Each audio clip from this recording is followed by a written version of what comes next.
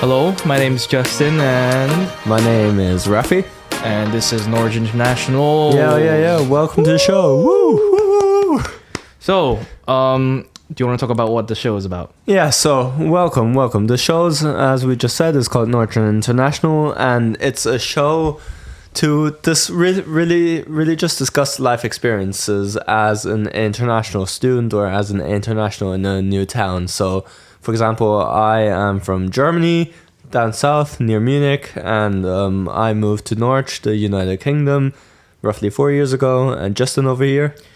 I'm from Hong Kong, and I've been in the UK, for 7 years now. Oh wow, This is our last years technically in Norwich. We're both doing university, and let me just talk a little bit about ourselves. I am doing photography in my last year 3. And what about you? So I'm a postgraduate researcher, so I'm doing my master's at the moment. I'm in my 4th year here. Just to give you a little overview of background, I work on human eye development, so stem cell research, that kind of stuff. Won't go into it too much because I'll just bore you all. Yes, I'm going sleepy already. I know. Cool. So yeah, our producer Andre might pop up here and there on a few episodes. We'll have other guests, and we'll just basically just talk about what it's like being an international. So yeah, what shall we talk about first? What do you think is a good starting point? Can I just say Happy New Year? Oh yeah, Happy New Year, Happy bro. New Year. Oh, nice. Even though we're 2024. We're like what? It's the 19th today. Yeah, it is. Damn. See, I still remember New Year so clear. Like counting down. Yeah. And then like I can't believe it's been like 19, 20 days already. Yeah, I mean, tell me, but the time flies like crazy. Exactly. Like, you know that saying that's always said is when you're younger, time goes really slow, but when you as you get older, time flies. Like that's just so true. Like I can't believe it. I'm like 4 months into my master's. It's crazy. I mean, you're graduating this year. You're almost done with your degree. Yeah, in July I'm done technically. Yeah. Graduation's in July. Well, if I do pass, then yeah. Well, you will. I should pass. Yeah. It should be fine. Yeah, cool. So let's start off. We've introduced ourselves. We've talked a little bit about ourselves. Well, we're talking about New Year. So how was your New Year? Yeah, quite good actually. I was just at home with my family. It was quite nice. Did the standard thing. Waited for midnight, then shot off a few fireworks, which was quite nice. We as a family we had a pack of 20 rockets to send up. And then we just went to bed, to be honest. So did you get any presents? Not for New Year's, but for Christmas, yeah. Christmas I got quite a few presents. I mean, mainly cooking, baking stuff. I love cooking and baking, so that's kind of my jam. There's another big topic we can talk about. Cooking. Exactly. We both love cooking. Yeah, we're both into it, and our styles are quite different, so it's good to like compare and stuff. Christmas was good. Saw my grandparents and stuff, which was nice as well. Yeah. How was your Christmas and New Year? Well, Christmas I went to Switzerland to see my girlfriend. Yeah. This is my second time in Switzerland. I gotta say I really enjoy it. It's not as cold in the UK. No, not as cold as the UK, which is surprising to me because I thought there would be snow when I land, which happened 2 years ago when I went. But no, I had a good Christmas. I got a neck scarf and a couple of just little dingly bits. Nice. Like I got like a bowl from my girlfriend. And the New Year's it was quite quiet. We did a little bit of countdown, just me and her, and then we also made ourselves some cocktail. Would you call it? No, I wouldn't call it a cocktail. Well, what's in it? I made it rum and apple juice. That's literally the only thing we can find in the house. I mean, I guess you could classify it as a cocktail. We just freestyled it on the day. I said, well, it's New Year, might as well drink a little bit. Yeah, celebrate. Yeah, we had some champagne right at midnight. That's good. Or prosecco, yeah. So that was nice. I did something really silly this Christmas. I mean, this New Year. I didn't know what to do to make it special. Yeah. So I'm a bit of a anime weeb. As in if anyone out there knows JoJo, damn, you're goated. But I was trying to play Giorno's theme right when the clock hits, and then it just goes to the chorus parts and it hits, but I missed it by 10 seconds. Big fail. Gotta wait for Epic another fail. gotta wait another year for that. Yeah. Well, it only comes once a year, right? But what I really actually like about all your trips and stuff is I watch your like video blogs kind of thing. You do that quite a lot. You did that when you went to Japan and stuff. That was really good. And I mean, seeing it is kind of cool because it's just interesting to see it through your eyes, you know. Yeah, it's kind of weird. I gotta go a little bit back. Before taking photography as a degree, I was doing chemistry, biology, and math. So all your kind of like STEM subjects, yeah. Yeah, really like academic ones. I have always been into filmmaking, or at least just like doing YouTube or just editing videos. You know, when you're young, everyone owns that one YouTube video. They make like cringe content, but I've always liked experimenting in editing. And, you know, I really like editing as well. And I think the reason why is it gives you so much freedom. You have to do music, color grading, all that stuff. Whereas, like, if you asked me 10 years ago, I would not have, like, considered those stuff. I would have just act on the go. Yeah.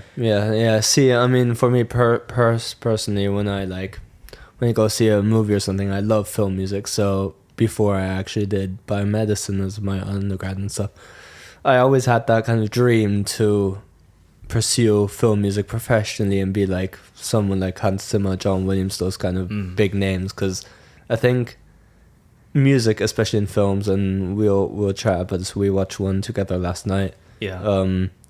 Music in films gives it just so much more meaning in a way. Oh yeah. And I've always enjoyed that. Like even just big nature documentaries like those Attenborough nature things, they have amazing music soundtracks and stuff. It's really great. Yeah, I'm telling you, like in filmmaking, and a lot of people who started off or, you know, just amateurs would not know this, is doesn't matter how good your quality is, your camera, doesn't matter how good your plot is, music is, I can tell you confidently, 50% of what makes it up. Yeah.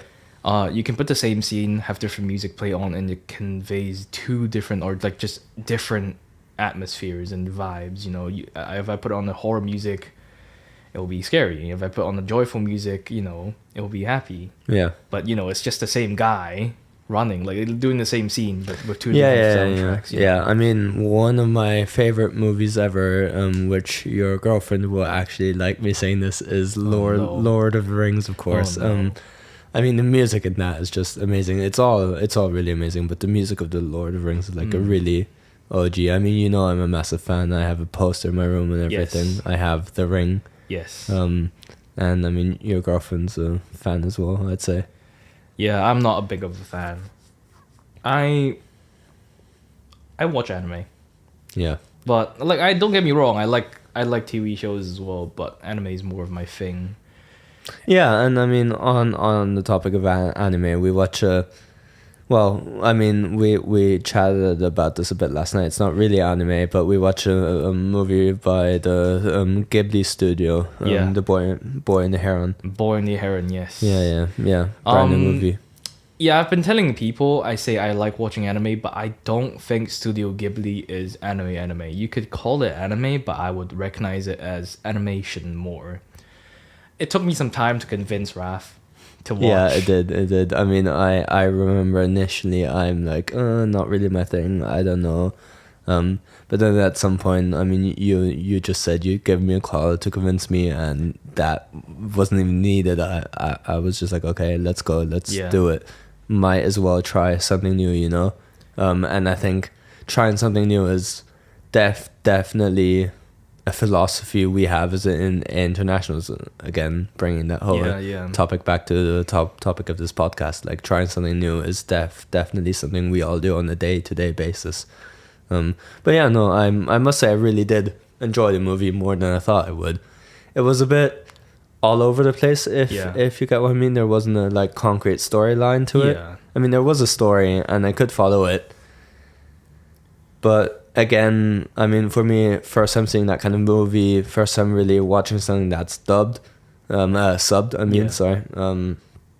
And being in a different language, not knowing that language, I mean, Boy and the Heron is in Japanese, and we saw it with English subtitles, and I mean, you speak some Japanese, or you're pretty good in Japanese.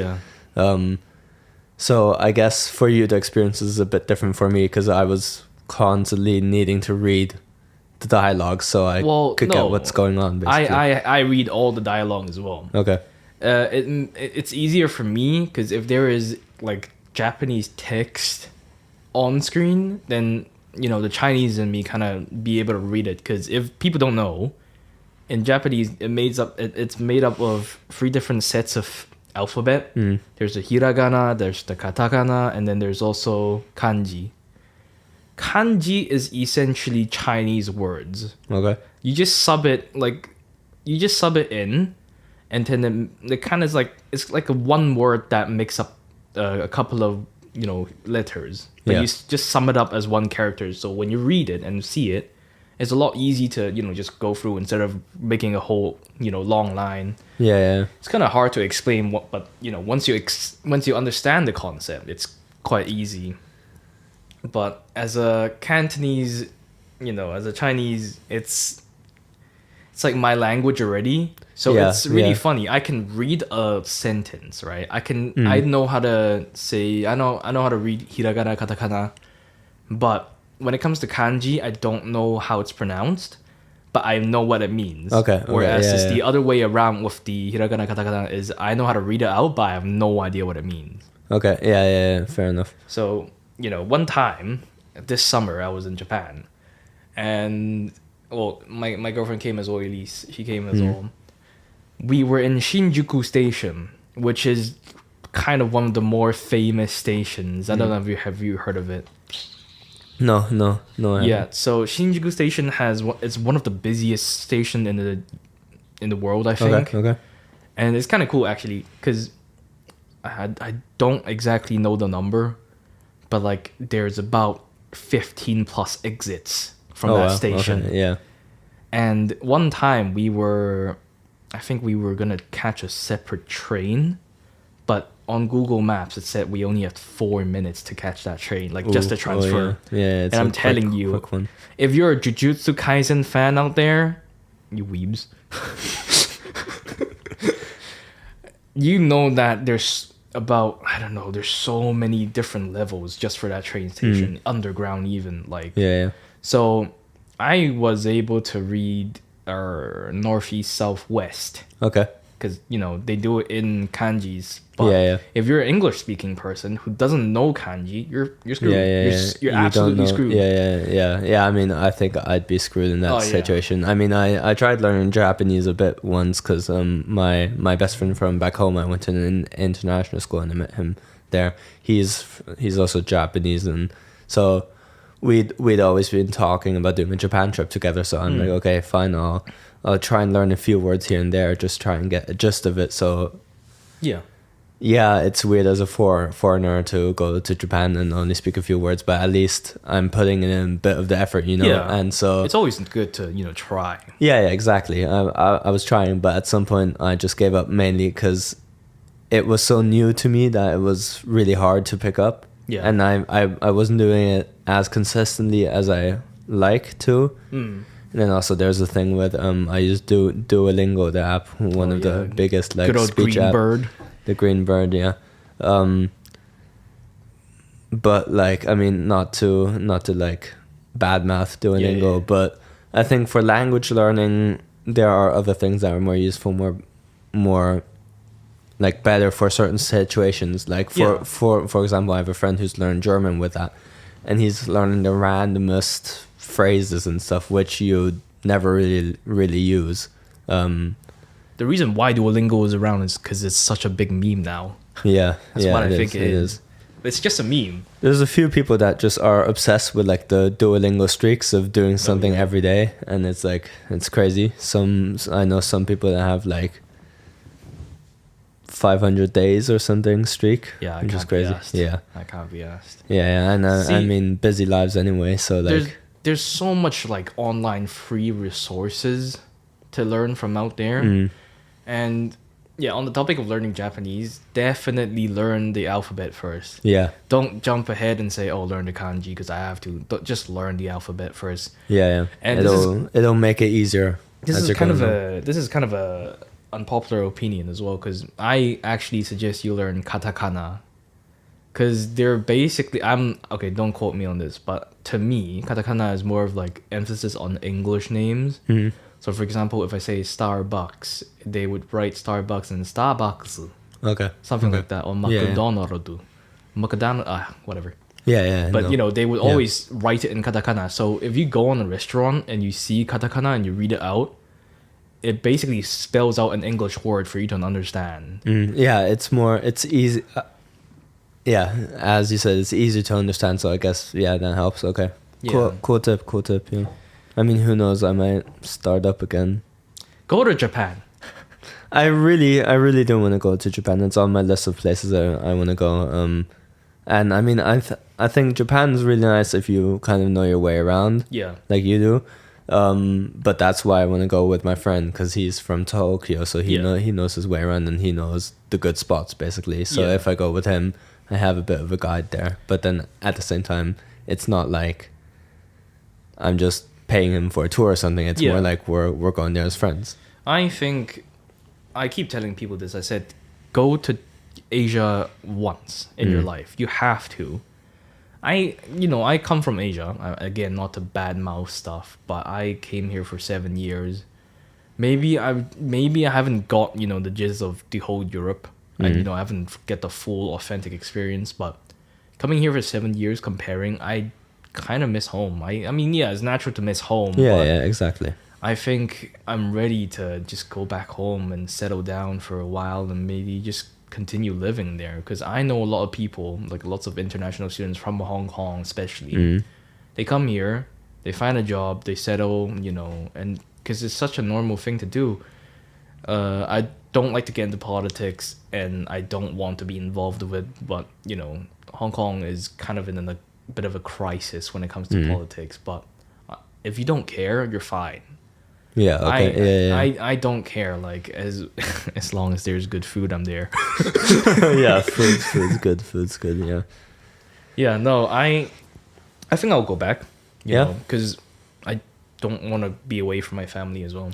Yeah, I do get that, and I mean that's part of the reason why I've applied for PhDs and jobs and stuff back home or close to home, or at least in Germany, because it cuts down on travel time. Like the furthest I'd be away is a few hours, versus now it's like I'm in a different country. I need to get at least a plane somewhere. Yeah, absolutely. Yeah.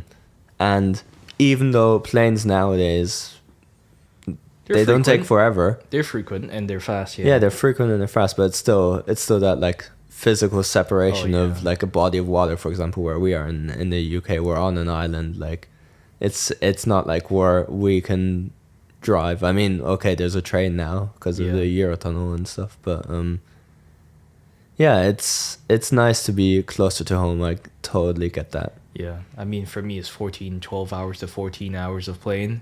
That's still like a huge separation. It's literally the other side of the earth. Yeah, exactly. So going home each time, because for you, I think you would go home each holiday. Yeah, I did. Yeah, I did. So for me, I would only go home summer, just summer, because first of all, cost effective wise, 3 months. Yeah, of it summer, adds up, and then But then again, like for Christmas, I don't think it's worth it. I've got a job, like not job. I've got work to do from a uni here. I can just stay here instead of traveling, because that's like 7 hours of jet lag to come, like just to battle, and then like just lots of stuff to go through as well. Like when it was COVID years, I went home 3 separate times for Hong Kong. Okay.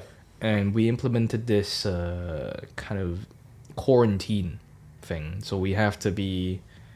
The first time I went, it was 14 days in the hotel. Yeah. And you cannot leave.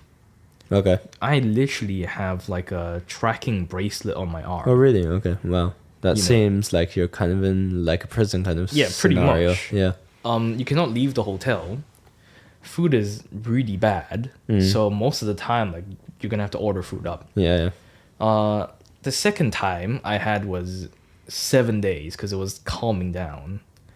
But then I swear the hotel was so bad. Like, the first time I stayed in the hotel, it was good, but then there was like an ant infestation. So all my dried foods the next morning, I woke up to covered with ants. Yeah.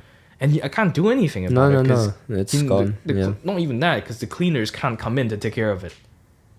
Oh, Yeah. okay. Yeah. So I have to deal with it myself. And then I did 21 days. I did not leave my room for 21 days in the hotel. That's quite long, yeah. It is mentally challenging. Yeah, definitely. I mean, I completely get that. Because you are not seeing human interaction for 21 days. But, you know, I took my time. I filmed another kind of a vlog thing. I call it Sounds of Quarantine. It's on my YouTube. I kind of filmed like a little diary thing of each day. Yeah. Just like things going on, and pretty much it's kind of boring, really. So like, you're forced in this little room, so you know, you really have to force your creativity out to try and create stuff. It was a 40-minute video in total for 21 days, so not a lot from each day. Yeah. But, Yeah, you know, but I mean, COVID was a pretty tough time on a lot of people. I mean, a lot of people were in isolation. A lot, like, I mean, so my year group, I started 2020. I started like right before the first big lockdown, and before that whole thing happened. I was quite fortunate actually, because I was able to fly home in the first year in November. Yeah. Right before they closed the borders and stuff. So I'm glad I got to spend some more time at home. But one thing that I think really helped me over COVID is me and my group of friends from back home. We'd like hop on a Discord call every Friday or something and just chat, and like we are doing now, basically just chat about life, play some games together, see how everyone was doing. And that really brought us together as a friend group as well, because we'd know every Friday we just have someone to chat to. Yeah, it's quite nice to have. I remember when UK did the green, like the yellow, green, red. Yeah, the amber. Different countries. Yeah, that thing. Yeah. And I remember, in year one, this is when me and Elise haven't got together yet. Okay.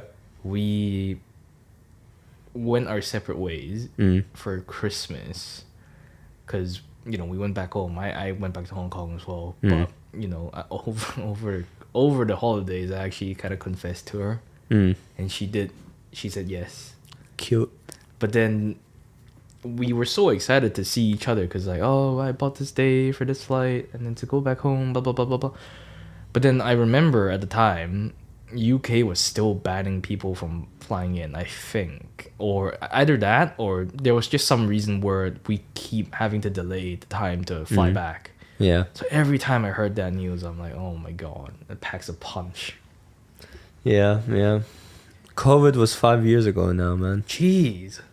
I think it was like first discovered late 2019 or something like that. Yeah, I remember that. Yeah. And now it's 2024, so 5 years. 5 years. Yeah. That's so far away. And it feels like it was like last year. Exactly. But no, I mean, yeah, time flies.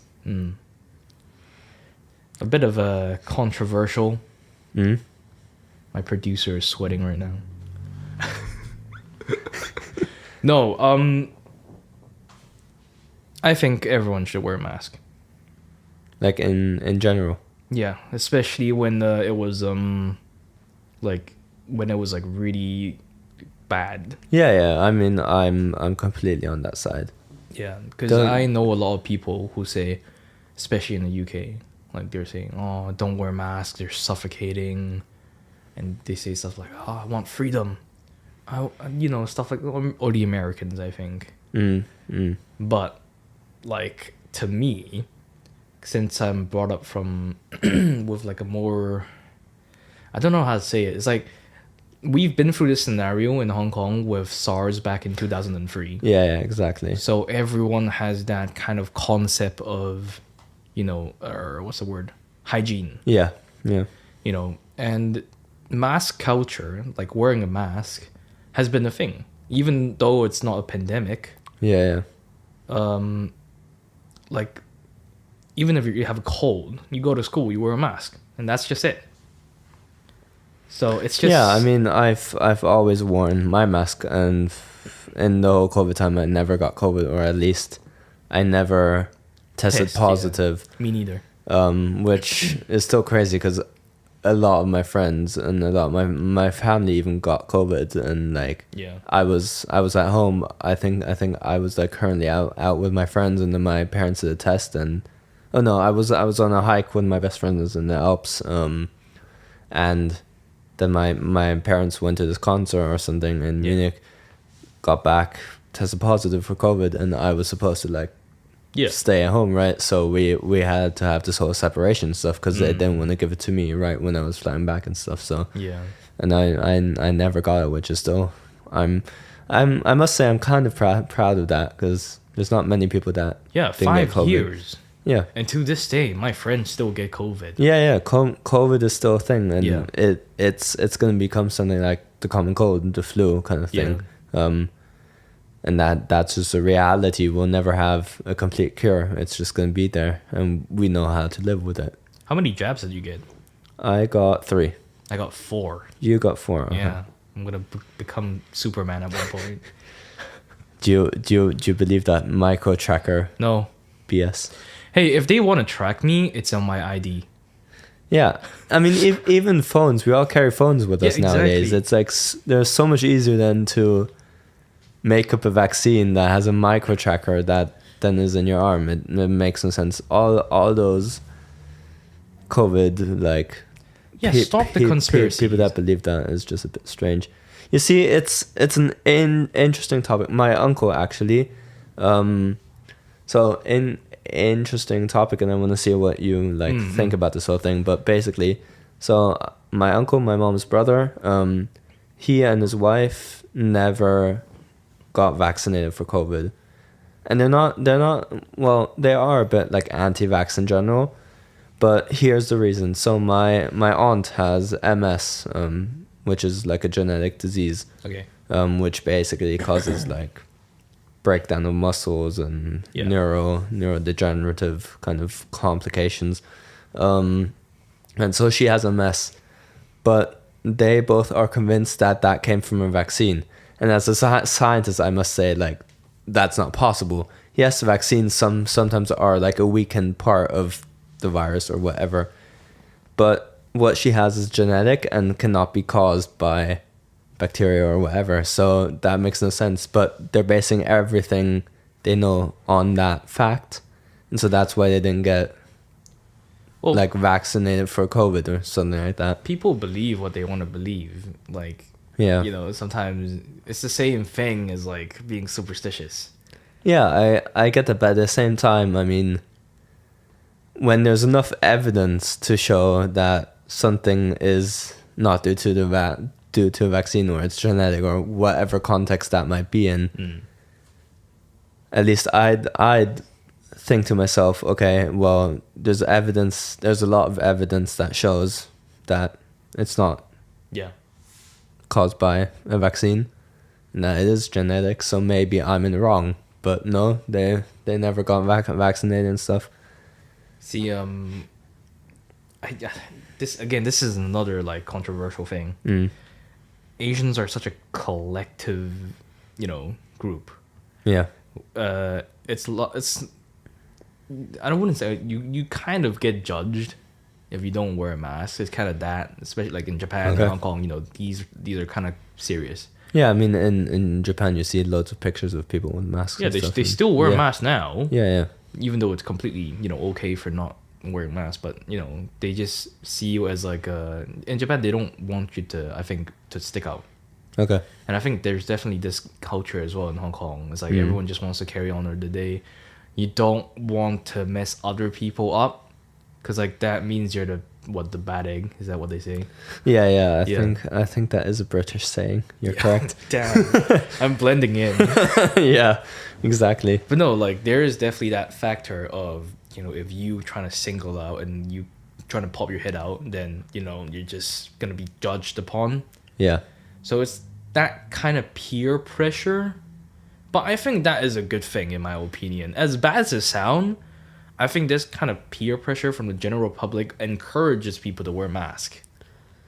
Yeah, And- I mean, I get that. What I am absolutely against and what I think happens a lot is the spread of misinformation through media a lot of the definitely. times. I Yeah. mean, we see in the US, dare I mention Trump Yeah. and stuff like that. You know what? Screw it. We're controversial. Go for it. Cool. Whoa. Yeah, so we've talked about COVID. We've talked about what this podcast is about. We have talked about the movie we watched. I want to talk about summer. How was your summer? Last summer. That's ages ago, man. It's what? How many months has it been? Why am I looking at my fucking phone? It's January now. Okay. Summer is like 4 months ago. Technically. Yeah, 4 months ago. 4 or 5 months ago, yeah. Yeah. Well, okay, before I started my master's. So, I mean, I graduated, so that was in July. Back in July, I graduated. Woo. Yeah, I have a bachelor's in biomedicine now. Uh-huh. Yeah. Yeah. No, summer we was do good. have a live audience. Yeah, sure. Completely. Okay, back to summer, yeah. So my summer was decent. I mean, so yeah, I graduated in July, got my bachelor's, which was quite nice, and then what did I do? I went on a hike.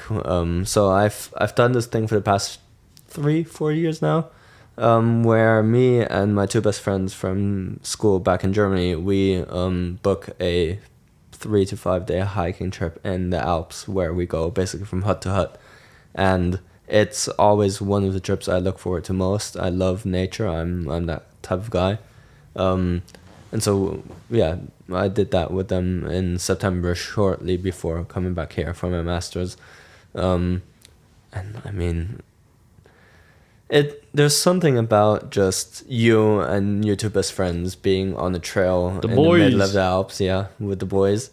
Or well, at this point, I was still together with my ex Rose. Yeah, Okay. I mean, Mm. yeah. So she came on the hike actually. She came to Germany, visited me, came on the hike. So it was the boys and my girlfriend, or my ex. The boys and the girls. Yeah, exactly, the boys and girls. But yeah, no, it was really nice, really relaxing. It was exactly what I needed after 3 years of biomedicine. Yeah. Yeah. How No, I feel you. was your summer? Mine was completely the opposite of yours. Yeah, Completely. Went back to Hong Kong. Elise came over as well. Yeah. So great summer. We did a lot of activities. We went to Japan. That's one of the best highlights I've had. Are you ready for a long story of what I've Let's go. done? Let's go. So let's talk about Hong Kong first. Okay, Hong Kong. When Elise came, Yeah. there was a giant typhoon hitting us. Oh wow. Yeah.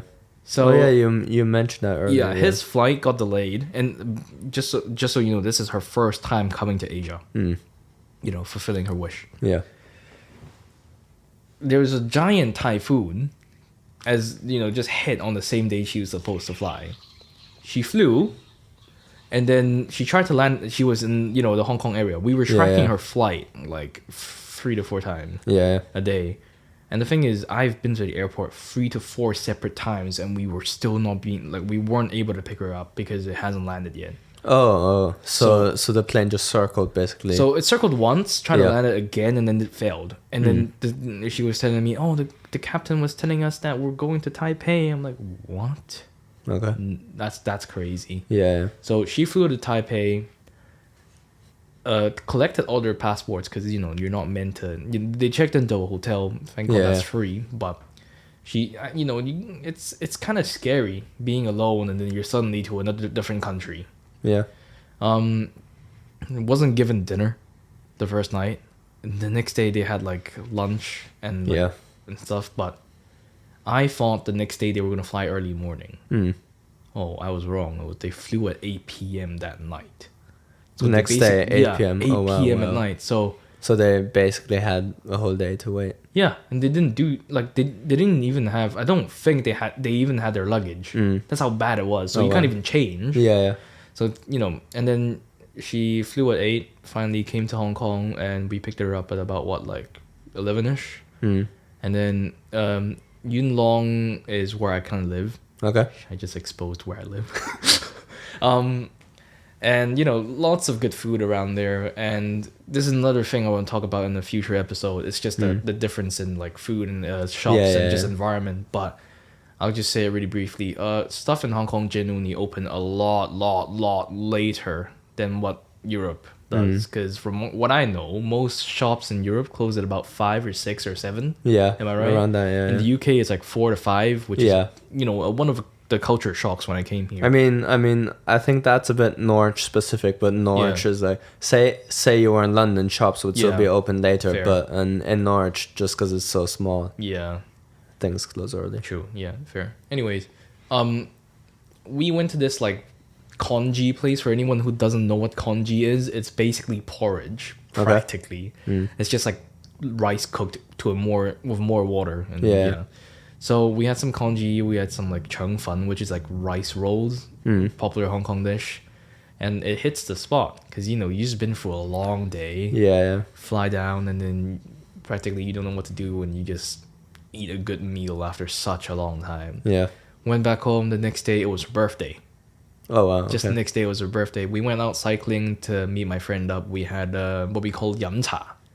So yum cha directly translates to drinking tea. Okay. But what it is Chinese cuisine, and you basically sit down and you order a piece of paper and you just like take off whatever dim sum you want. And dim sum are these like small little dishes that you have. Usually you share them. They come in the bamboo cages, like you know what I mean. Yeah, there's like the bamboo steamers. dumpling kind of. Yeah, exactly. Yeah. And we had a big meal because I just want to, I want her to be full, obviously. Yeah, of course. It's her birthday, and we just went around town and explored a bit.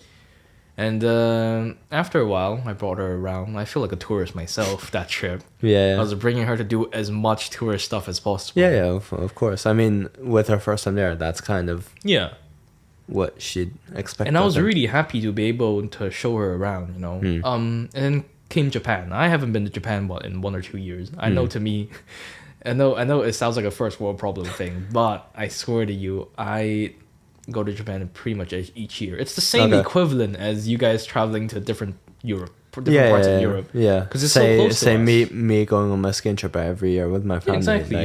Yeah. But because Asia is kind of close as well. I can go to Japan. It's just a 5-hour flight for me. And that's still kind of long for maybe you guys, but yeah, we landed. I think it hasn't hit her yet, because like she was still kind of like phased out from the whole typhoon thing. Yeah. So went to Japan. We landed in Tokyo. I went to Tokyo so many times, but for the sake of her, I just thought, okay, we'll just do Tokyo, Kyoto, Osaka, and Hakone, which is the more popular areas to visit, more touristy. Yeah. I'm confident that she liked it a lot. Consumerism there is amazing. Yeah. She likes her Korean skincare, and you can buy so much there. Yeah, fair. That's another thing I want to talk about. It's just prices. Oh my god, everything there is so cheap. Yeah, we'll chat about that in a future episode. So we went to Japan, had so much food. I'm surprised I did not gain weight. You didn't gain weight the whole trip? I did not gain a single kilogram. Oh wow. And it's not because it's so hot. It's summer, and I guarantee you would sweat within the first 5 minutes you step out of the house. Oh wow, okay. It's because of how humid it is. Yeah, that makes sense. So I was also chasing the train a lot of the time. So I technically ran a lot. And there are instances where I woke up at 5 a.m., 6 a.m. just to go to somewhere to queue up before the shops or like restaurants even open. That's how much of a fighter I am. Yeah. But I'm not gonna go into too much detail. Overall, we pretty much went cheap, expensive. You know. Yeah. It is quite an expensive trip, I gotta say.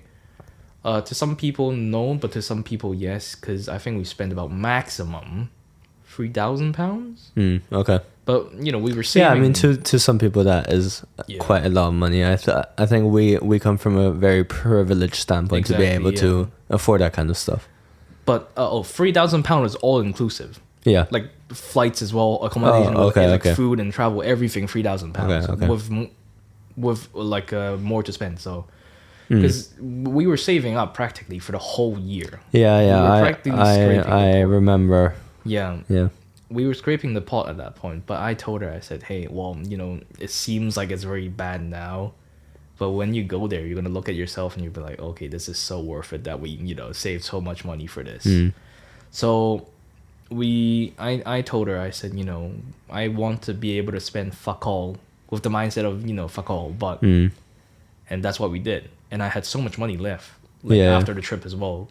I'm not too big of a buyer when it comes to shopping. I shop for very specific stuff. Yeah. If I wanted. But yeah, we tried a lot of food that she never tried. I had an amazing food trip.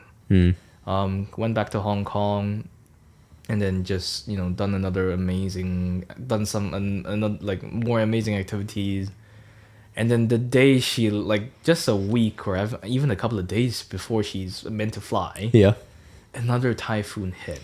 Oh my god.